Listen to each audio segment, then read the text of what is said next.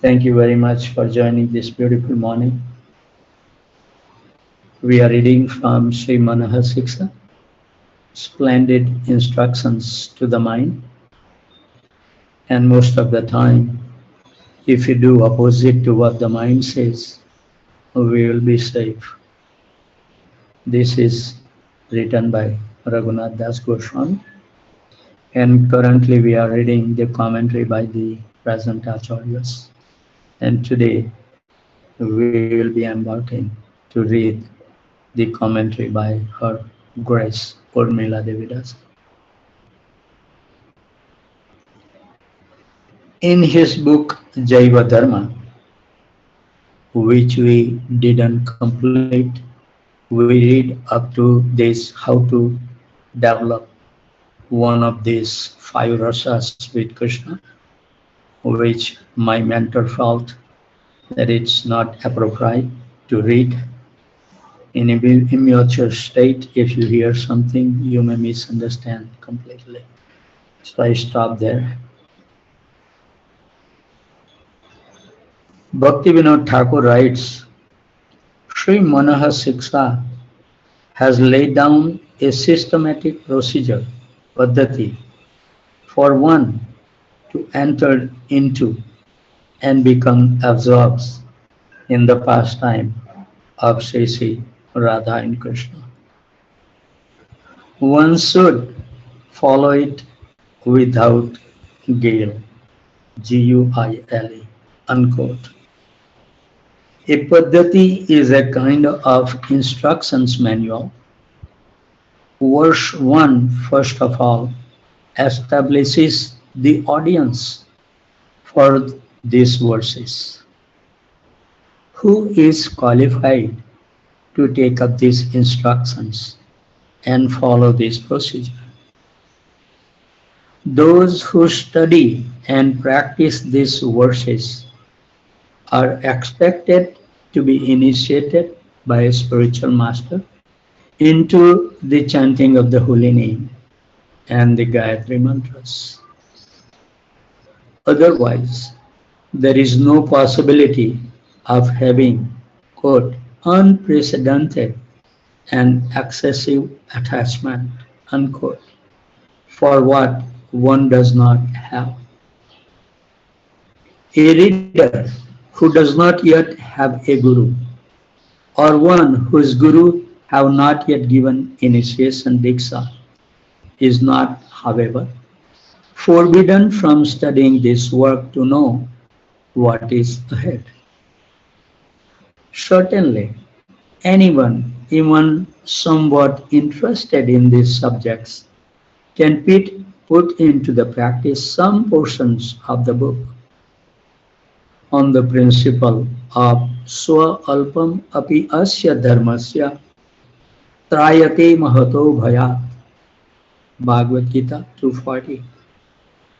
Even a little progress on this path protects one from fear and is not lost.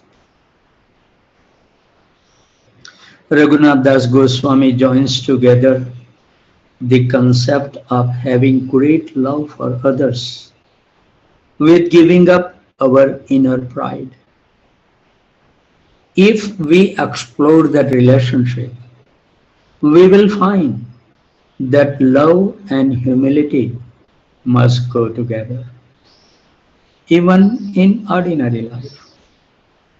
When we are convinced, due to our greatness, we deserve to have others show us, we can neither show them selflessly nor appreciate and value the service they do for us.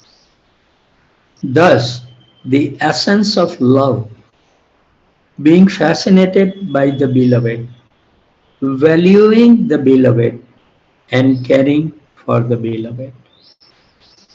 These cannot happen authentically in the presence of pride. Certainly, in the realm, the spiritual, saprema bhakti, paramanukulam, dainyam Mahapustikaram, Brihad Bhagavatamrita 3.574. Utter humility nourishes pure love. We should note, however, that the giving up of pride required to begin following this instruction manual cannot be absolute, because the last obstacle we must abandon, the desire for fame and honor, as explained in verse 7, undoubtedly involve pride. After all, Srila Prabhupada writes in his purport to the Bhagavad Gita 11.3, 11, no, Bhagavad Gita 13 chapter 8 through 12 verses.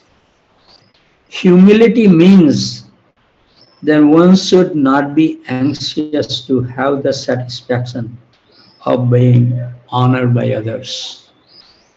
Unquote.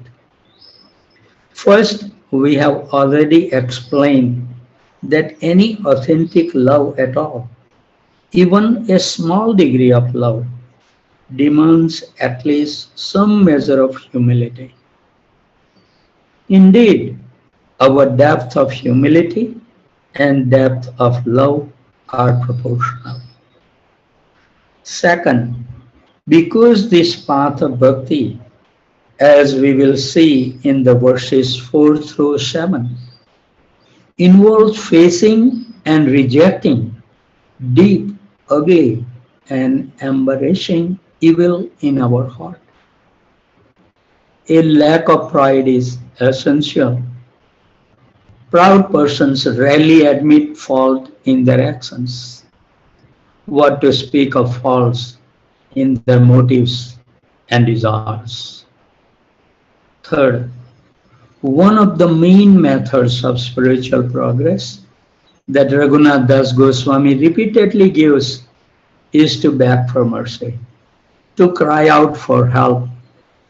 Proud person cannot do so, as Queen Kinti will explain in the Bhagavatam 1.8.26, which we will read tomorrow. A wonderful verse.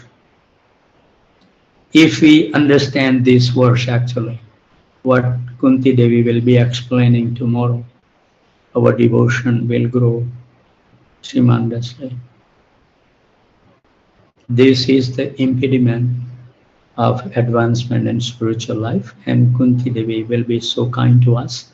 So please look forward to join tomorrow morning to hear these wonderful instructions.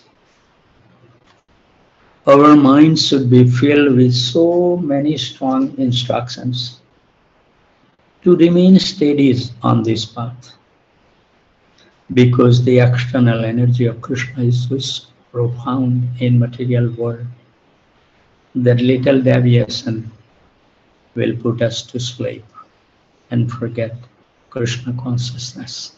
So we have to remain very vigilant. Like my Guru Maharaj used to tell me, that if you have to fight with the enemy, you must know exactly the strength of the enemy. Then you prepare how to fight with the enemy. So if we have declared the war against the Maya Devi, first of all, we should realize how strong the Maya Devi is.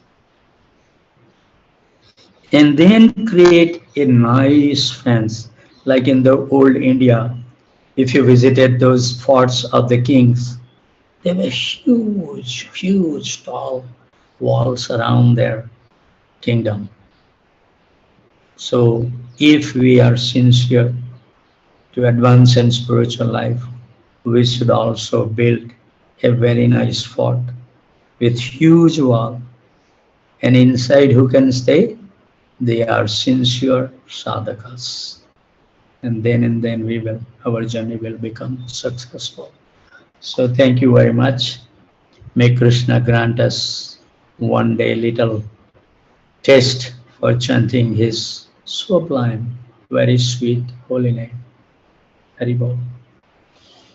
Hare Krishna, Krishna Krishna, Hare Hare, Hare